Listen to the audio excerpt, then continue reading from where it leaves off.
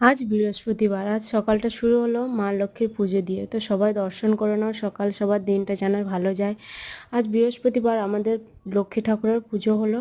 সবাই মিলে পুজো করলাম, ভোগ হলো, ঠাকুরমশাই আসলো, পুজো দিল। আমাদের লক্ষ্মী ঠাকুরটা অনেক দিনকার পুরনো, প্যাঁচাগুলোও দেখো অনেক দিনকার, মানে আমাদের বংশ পরম্পরায়। তো পুজো হয়ে গেছে। এখানে আমি একটু সেলফি নিয়ে নিচ্ছি। মাথায় ঘোমটা দেওয়া ছিল, একটু মাথায় ঘোমটাটা একটু টেনে নিলাম। দেখো মাথায় ঘোমটা দিয়ে কেমন লাগছে।